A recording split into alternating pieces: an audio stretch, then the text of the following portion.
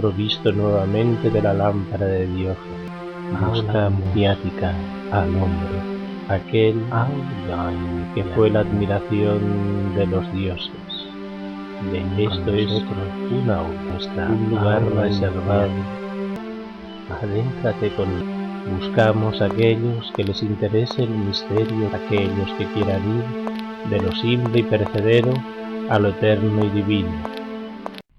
Hay alguien que se está acercando. Es una mujer, el aspecto que utiliza es de alguien sin edad. Tiene el cabello completamente cubierto, como si llevara una especie de hábito, con una capucha. Que ella no quiere desvelar su nombre, no hace ninguna mención a su naturaleza. Y nos señala con el dedo hacia la cabeza. Dice que hay 2 puntos que tenemos que tener presente en nuestra anatomía, dentro de nuestro cerebro y también fuera de él. Habla de la pineal como la llave que puede abrir ciertas compuertas de comunicación, ciertas áreas cerebrales, que si estamos preparados para asumir su funcionamiento, que podemos dar un salto importante a nivel evolutivo, pero que también tenemos el candado en la zona de la nuca que nos conecta con una frecuencia más animal, como si fuera algo así como un freno, un dispositivo que tenemos todos conectado y que, salvo que consigamos el despertar a nivel muy interno de esa conciencia, asumiendo el rol de seres humanos y divinos a la vez, dice que esa especie de cerradura impedirá que esta glándula, aun alimentándola de luz, aun haciendo que ella se dispare, siendo el generador de luz que pueda abastecer no solamente el cuerpo, sino todos nuestros cuerpos, y que pueda no necesitar ni ser dependiente de luz externa para nuestro sustento, que mientras no seamos capaces de poder descubrir está hablando como una especie como de huevo cerrado que tenemos en la zona de la nuca. Esa parte más animalesca es como una especie de paquete heredado. Habla de los antiguos reptiles, pero no por la especie de los reptiles que caminaron por la tierra, sino de otra especie más tirana y cruel, que es la que nos tiene sometidos. El despertar de la glándula pineal. Dificultades, posibilidades y metodología. Segunda parte. Hay algunas tendencias de carácter cultural o filosófico que dicen que una de las actitudes que tiene que tener el ser humano tendría que ser reconocer su propia sombra, su propia negatividad. Pero aquí queda como la duda, ¿ese reconocimiento tiene que ser para disolver la sombra o para integrarla con un todo de luz, con un todo de bondad y de verdad? Dice que reconocer la sombra hace que, haciéndolo desde un estado consciente, sencillamente esa oscuridad interna quedará reducida a cero. La luz se encarga de absorberla. Es una forma de reintegrarla, que la luz es en sí misma el equilibrio perfecto.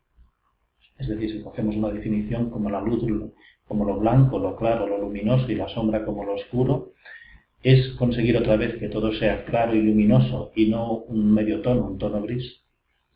No, dice que estamos exponiendo la luz como la que estamos acostumbrados a observar.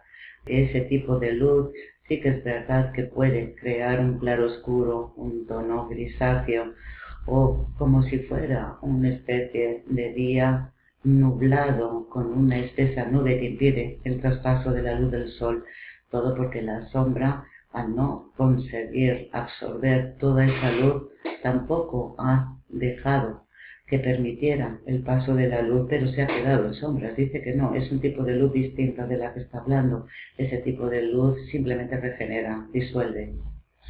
En la tradición cristiana nos queda el sacramento del bautismo como un elemento de limpieza de las áreas oscuras, es decir, de ese pecado original tenido por los antepasados y asumido en la propia encarnación. ¿Realmente el bautismo como sacramento hubiera sido eficaz o ha sido eficaz en algún tiempo? Dice que fue eficaz, dice que ahora no lo es. ¿Cuál sería la actitud si se quisiera recuperar ese poder de limpiar del pasado, de esas huellas genéticas heredadas? Aquí no comprendo. Es decir, se puede hacer utilizando el mismo rito cristiano, invocando la luz, que la luz entre en consagración del agua y el agua que purifique a través de un baño ritualista, o tiene que ser de otra forma, haciendo partícipe muchas más gente, es decir, los padres, el entorno, la misma persona que se ofrece ante esta iniciación. Dice que ahora el ritual implica la no aceptación del mal, tal y como lo concebimos, pero que el problema ahora es que la gente no percibe el mal como algo ajeno a la especie humana, sino como una parte del comportamiento que puede ser educado, que puede ser modificado, que esto es lo que ha desacralizado el sacramento, que se puede y podría llegar a ser posible que la fuerza de la intención de los padres en nombre de un niño al que ha de ser bautizado, pero con esa fuerza y certeza de comunicación con la propia divinidad y la fuerza del propio sacerdote en representación de esa divinidad, que podría volver a darse como en los tiempos antiguos. Un niño que se sumerge en el agua y que se le ponen las manos, y no solamente la parte alta de la cabeza, sino que inclinándolo ligeramente, las manos tocan la parte de los hombros y la nuca. ¿Y cómo llegó a desvirtuarse ese sacramento? ¿Cómo se fue diluyendo y perdiendo su poder? Dice que como se pierde el poder en todas las cosas sagradas, cuando se habla y no se siente la fuerza de la palabra, cuando el gesto se hace mecánico, cotidiano, cuando se hacen muchos de esos rituales continuados, pero ya no están en sintonía con la verdad, que es algo habitual. Si ahora miramos a la sociedad y miramos los sistemas distintos de educación que hay, ¿en qué forma ayudan a esa purificación o en qué forma la bloquean o la dejan que permanezca? Dice que no más intensamente que en otras épocas. A veces ahora el creer que podamos vivir con áreas en lugares de aparente no violencia o incluso de un comportamiento aparentemente moral, quizá más elevado que en otro tiempo, nos estamos equivocando, juzgamos la historia actual como si hubiéramos avanzado muchísimos kilómetros hacia arriba en escala evolutiva, pero a nivel interior estamos cada vez más distantes. ¿Qué tipo de delitos esconde esta zona de la nuca donde mora esa parte reptil en nosotros? ¿Es vinculado al asesinato? ¿Es vinculado a la sexualidad? ¿Es vinculado a la vejación de la luz, de la verdad? ¿Qué es lo que esconde ahí?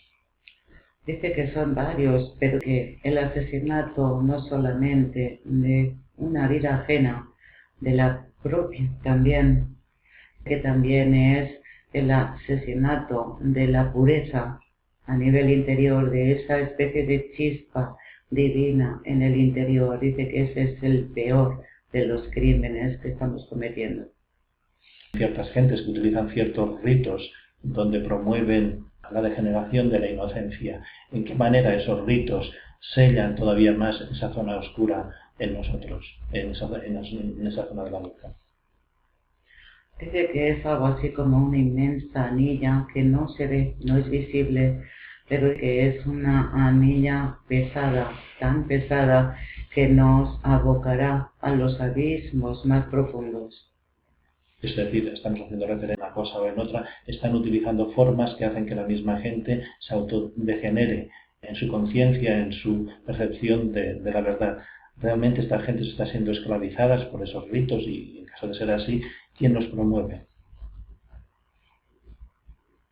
Dice que conocer esa información no nos ayudará, que solamente tenemos que intentar liberarnos, que dejemos que aquellos que promueven, aquellos que arrastran, aquellos que ensucian, aquellos que rompen o asesinan la inocencia, dice que purguen por sus pecados. Eso lo tenemos que permitir, eso siendo o liberándonos en lo posible. ¿De qué manera también influyen los sistemas que son captados por nuestros sentidos, por la vista, por el oído, por nuestra percepción de la realidad, es decir, a través de los videojuegos, a través de las películas, a través de los noticieros, cuando el ser humano asume el dolor ajeno como algo natural, es decir, se ve las secuencias de destrucción como simplemente un elemento teatralizado, sin implicarse a uno mismo. ¿En qué manera también uno se está autodegradando o degenerando? Dice que es importante que no permitamos que aquello que observamos, el daño que otros sufren, el dolor que otros sufren, la injusticia que otros sufren, que quede como algo similar a una especie de juego o película, ya no de diversión, que ya no consigue impactar, que ya no consigue arrancar de nosotros ni una sola lágrima, que es algo actualmente cada vez más fácil conquistar la sensibilidad de las gentes, el llegar a ser habitual contemplar el dolor en una calle y pasar ante él sin ni siquiera tender una mano. Esto es algo que debemos modificar y cambiar, pero que también ha ocurrido siempre. Creemos que antiguamente éramos más asequibles al dolor ajeno, que no es así. El ser humano tiende a buscar mecanismos para abstraerse de cualquier situación que a veces le haga o tienda a hacerle sentir demasiado dolor que no sabrá cómo gestionar, porque es ahí a través de la capacidad sensible del dolor lo que puede hacer que nos movamos y que incluso consigamos cambios. Esta zona oscura, esta parte negativa en nosotros, ¿está simplemente dirigida hacia la destrucción, hacia el sufrimiento, o tiene algo que ver con la sexualidad?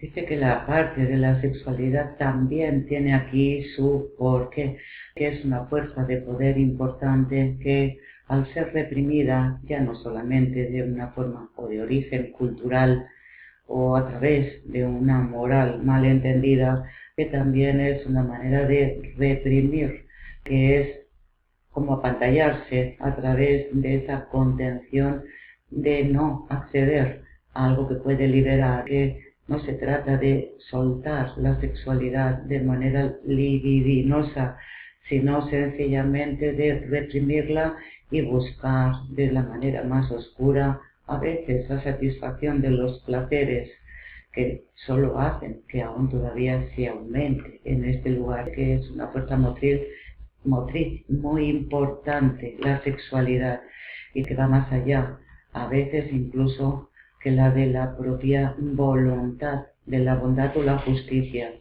¿Dónde está el fil para considerar una sexualidad idónea y otra no idónea, una correcta y otra incorrecta? Dice que a pesar de que creamos que todo es lícito en la sexualidad, si se comparte y las personas que comparten esa filiación sexual están de acuerdo, que no, hay aspectos que degradan al alma, a la propia conciencia. Es a través del mecanismo y la envoltura del propio amor, y no necesariamente un enamoramiento de pareja, que puede haber un amor infinito hacia la persona que comparte esa sexualidad, y que es entonces cuando se eleva, se engrandece y realmente se convierte en un acto sagrado, tal y como debe ser, que cuando se ensucia, se emponzoña, es cuando se buscan vías de estimulación que ya no pueden ser obtenidos a través del amor y necesitan hacerlo desde áreas más degradantes, que el hecho de que haya criaturas es del dolor, tanto causado como el que le puedan causar, para poder despertar esa sensibilidad en la sexualidad, que no son más que mecanismos que degradan. Antes comentaba que este lugar está siendo custodiado por algunos seres. Estos seres son los denominados guardianes del umbral, aquellos que custodian aquellas zonas que no se tienen acceso o reciben otro nombre. ¿Y qué función tienen?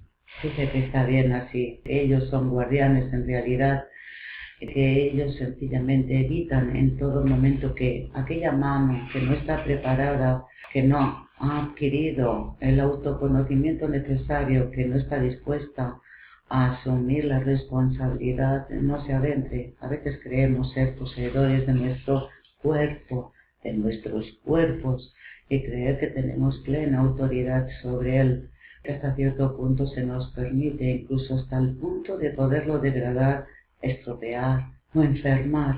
Pero hay áreas que van más allá de nosotros mismos y es por esto por lo que estos seres evitan en todo momento el acceso, el llegar a conectar con ellos, el tener la capacidad de pedirles la asistencia para que ellos ya no que ayuden, pero sí que se mantengan al margen, que solamente se puede conseguir con ese autoconocimiento. A nivel muy profundo, estos seres permitirán el acceso si saben certeramente que la persona está dispuesta a todo por limpiar, depurar y por avanzar.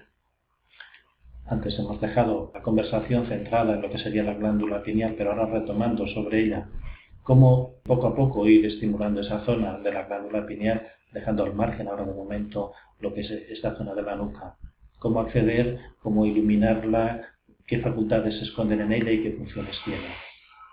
Dice que alimentarla de luz basta con la atención consciente, con la aspiración de esta luz por cada lugar de entrada de luz, desde la parte alta de la cabeza, desde las zonas por encima de las sienes, desde la parte de atrás del cráneo, poco por encima de la propia nuca, desde los ojos, utilizarlos como vía de entrada, que es sencillamente a través de la luz, y puede ser la solar, que también con la atención en un tipo de luz más refinada y sutil, más difícil de detectar y que se necesita sentir con especial intensidad y mantener ese estado consciente de absorción continuada, que es similar al bebé que absorbe con un biberón la leche continuamente y que ya ha cogido el mecanismo. Es algo parecido, absorber.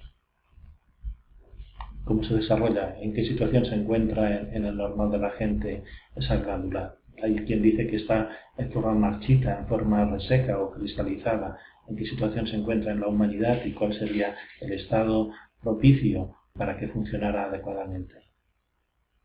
Dice que en la mayoría de los seres humanos es como una especie de pequeña flor que está cerrada, es como si fuera un pequeño capullo que no se ha podido abrir por falta de alimento, que no esté cristalizada, sería entonces fácil su ruptura, sino que está como si fuera en un molde, parecido al de la piedra, queda y está de una manera muy rígida, solo necesita la acción consciente, pero muchísima disciplina para ir ablandando aquella especie de masa que la envuelve y que no la permite que actúe por sí misma. La forma de poder estimularla y de hacerlo de forma continuada todo el tiempo genera no solamente una irradiación de luz a todas las áreas del cerebro, hasta el punto que hay algunas que podrían ser estimuladas, no todas, pero que sí la mayoría,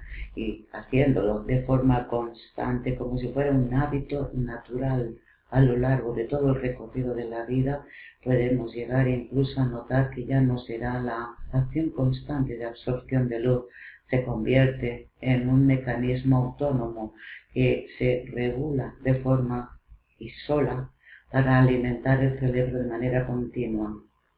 Hay también quien dice que determinados componentes químicos o cosas que se ingieren o que entran en contacto con el organismo físico, con el cuerpo humano, llegan a atrofiar esa glándula. ¿Es real que se están utilizando algunas vías para mantenerla dormida y atrofiada? Dice que si observamos todo lo que nos rodea, todo es una pura toxina para nuestro organismo. En este caso me estaba refiriendo de que mucha gente que utiliza el flúor para proteger su esmalte dental o su propia dentadura. Está hablando de todo, no es solamente algunos ingredientes. Dice que no es así, dice que todo lo que nos actúa como toxina en el organismo, que lo degenera y lo puede atrofiar, pero dice que es nuestra falta de conciencia, el peso pesado. Cuando está refiriéndose de que todo es tóxico para este organismo interior, este organismo de luz, ¿a qué nos estaríamos refiriendo como toxicidad directa? Dice que desde el aire que respiramos, los alimentos contaminados que absorbemos, que con esto no quiere ahora hacer una especie de, habla de un listado de cosas. Dice que podríamos llegar a obsesionarnos, que hemos nacido y estamos en un mundo contaminado y nuestro cuerpo es lo suficientemente sabio como para intentar reajustarse y adaptarse. Son listados de todas aquellas cosas que son dañinas para el desarrollo armónico de esta glándula pineal. Entre ellos podríamos incluir el uso de la luz artificial como un elemento sustitutivo de la propia luz interior, que conseguiría o tendría como finalidad el bloqueo de la propia secreción de luz por parte de la glándula pineal. Dice que al haber adquirido la posibilidad de tener luz artificial, que ya no somos capaces ahora nosotros de poder ver, contemplar, que ni siquiera ya nuestros ojos son capaces de tener una vista adecuada, que las especies en tiempos antiguos, cuando no precisaban o no tenían a su alcance la luz artificial, conseguían ciertas áreas internas que les permitían tener una visión muy avispada, aún en medio de la oscuridad. Un ser humano, si fuera capaz de no entrar en contacto continuado con la luz artificial, si se alimentara de la luz del sol y de la otra luz de la que habla de una manera constante, dice que llegaría a ser capaz de irradiar luz propia. Está refiriéndose a la otra luz, no solo se está refiriendo a la luz de la propia divinidad, que sería absorbida por la parte alta de la cabeza. A esa se está refiriendo, sí. En este caso, la torsura que algunos monjes han hecho sobre su cabello, ¿tiene algún tipo de función específica para la recepción de esa luz o es simplemente un elemento simbólico de ellos? Dice que nada es simbólico, sino simplemente para ellos, más que la luz, en realidad era el sentir la mano posada de la divinidad sobre sus cabezas. Pero sí, dice que en muchas culturas, cuando se han rapado la cabeza, la han dejado expuesta a la luz, tiene que ver con esa mayor absorción. Es un gesto constante de absorción y la facilidad, exponiendo la cabeza, de conseguirlo, de conseguir el propósito más fácilmente. Más allá de la rasura del cabello, ¿tiene que ser acompañado por una actitud consciente o el simplemente hecho del rasurado de la parte alta de la cabeza es suficiente? No, si no somos conscientes, si no absorbemos de forma consciente, dice que no dejaría de ser una simple moda más. Haciendo en contraposición al rasurado, el dejar el cabello largo, ¿qué función tendría el propio cabello para el estímulo del cerebro e incluso de esas zonas vinculadas a la glándula pineal? Dice que aquellos que son conscientes de lo que representa el cabello y su capacidad de conexión con una fuerza de energía del entorno, que el dejarlo largo, sencillamente si son conscientes, a la hora de despertar esta glándula utilizarán la vía más de la parte alta de la cabeza, la zona de los ojos, a la hora de absorber luz. Por detrás de los ojos llega como si fuera una especie de rayo directo hacia la glándula. Antes mencionábamos lo idóneo de utilizar técnicas de meditación que presten atención a esas zonas del cerebro para irlas asumiendo, para irlas conociendo y despertando. ¿En qué forma también puede llegar a beneficiar trabajar con la oscuridad, es decir, hacer meditaciones en una total oscuridad, en el desarrollo de estas facultades interiores y de la propia glándula pineal? Dice que es más complicado y solo aquellos más versados cuando trabajan con la oscuridad es con la finalidad de poder manifestar esa luz de la divinidad o la luz del universo que algunos llaman. Dice que tienen que estar muy conscientes de esta luz para poder avivar esta glándula y trabajar no solamente a través de la visión interna y la capacidad de absorción de esta luz, también la fórmula ideal para despertar la visión, que es una parte que también ayuda y facilita. No solo basta con sentir la fuerza o la luz divina, sino también observarla y verla, que da un mayor estímulo o placer a la hora de activar esta glándula cuando se ejerce la disciplina en la oscuridad. En este caso, en mitad de la oscuridad, ¿qué es lo que puede emerger ante la persona que está ahí consciente y que está poco a poco activando esa facultad desde la pineal? ¿Qué es lo que observa? ¿A qué tiene acceso? Dice que tiene acceso a un diamante que no solamente irradia luz, sino que además la absorbe porque lo necesita. Es posible entonces ver otros mundos e incluso interactuar con ellos, es decir, con otras dimensiones y trasladarse entre ellas. Dice que sí, aunque haya conseguido despertar esta glándula de manera ya total, que puede tener acceso, que no para trasladarse orgánicamente a ellos, pero sí para poder observarlos. Es muy parecido a aquel que se le abren numerosas pantallas, cada una de ellas hacia un territorio distinto. Con la tecnología actual mucha gente está trabajando en lo que serían terrenos virtuales, utilizando gafas o proyecciones holográficas en su entorno. ¿En qué medida la utilización de artificios puede también facilitar el estímulo del cerebro o lo están atrofiando ya que la facultad les llega desde fuera?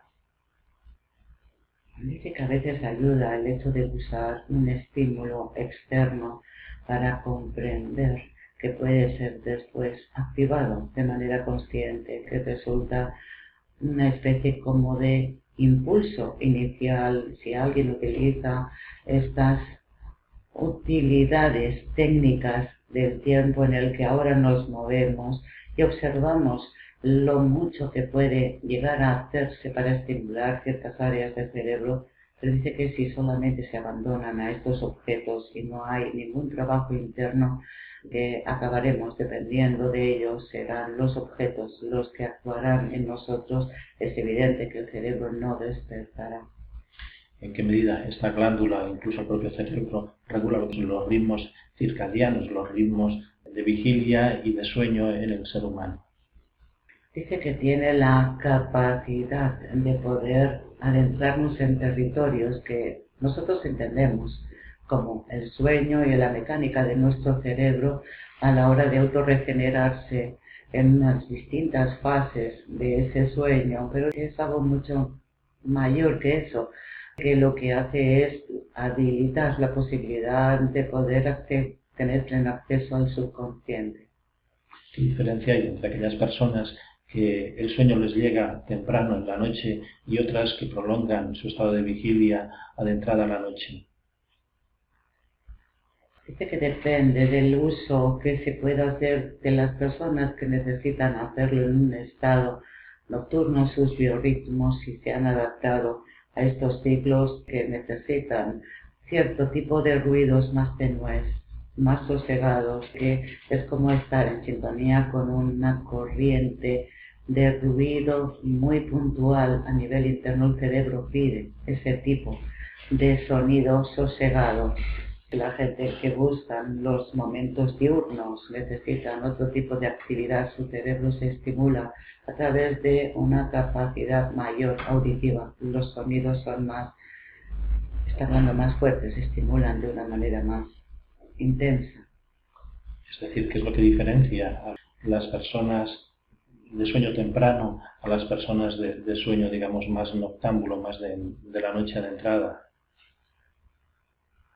Te sonríe, dice que no, dice que aquellas personas que se van a dormir pronto y son capaces de dormir enseguida, aunque no haya llegado la medianoche, que ellos siguen el mismo curso o el ritmo de sus fases de sueño igual. Para aquellos que se despiertan en la madrugada porque ya han cumplido su ciclo de sueño anterior y están descansados, se abren a un tipo de sonido ambiental que favorece que sus ondas cerebrales estén relajadas. Es como estar en un mundo sensorial distinto al mundo diurno. Aquellos que se duermen precisamente de madrugada y despiertan hacia las horas más centrales del día, no quiere decir ya más diferencias entre aquel que duerme de madrugada y se despierta a media mañana de aquel que se va a dormir cuando aún no ha anochecido y se despierta de madrugada. Pero en este caso, muchas personas se despiertan alrededor de las 3 de la madrugada. ¿Qué función tendría ese despertar en mitad de la noche? Dice que eso compete a otra área. Dice que aunque está vinculada con la actividad de esta glándula, que eso pertenece a otra área de conocimiento distinta. No quiere hablar. ¿Tiene que ver alguna cosa con la propia individualidad o tiene que ver con algún cambio colectivo sobre la especie humana o sobre alguna nueva energía que esté llegando a la Tierra? No, dice que tiene que ver a nivel colectivo, a nivel individual también, pero que no es algo que compete en este momento. Se niega a hablar del tema. Yo la miro y le pregunto si es que no lo sabe, que no pasa nada. Ella dice que no puede hablar ahora de ese tema. ¿Pero es algo real que está aconteciendo, es reciente o ha sido a lo largo de la historia? No, dice que siempre ha sido a lo largo de la historia. Tiene que ver con una especie de conexión. Pero no va a dar más información. Un poquito más. Está así con la cabeza. ¿Pero hay alguna forma que lo pueda aprovechar el propio individuo? Es decir, o sigue su ritmo normal y corriente, digamos, de actividad. No, dice que el ser humano no puede hacer nada al respecto. De las masas, caminando por senderos perdidos, solitario en el desierto, aula iniciática, envuelto en las brumas de los bosques, adentrándonos en las grutas de la tierra. Ven con nosotros, inclinándonos ante lo sagrado, aula iniciática. Encendemos una tímida llama para que alumbre con la oscuridad en el conocimiento. Estás ante el umbral perpetuo. Estás ante la ara sagrada, aula iniciática.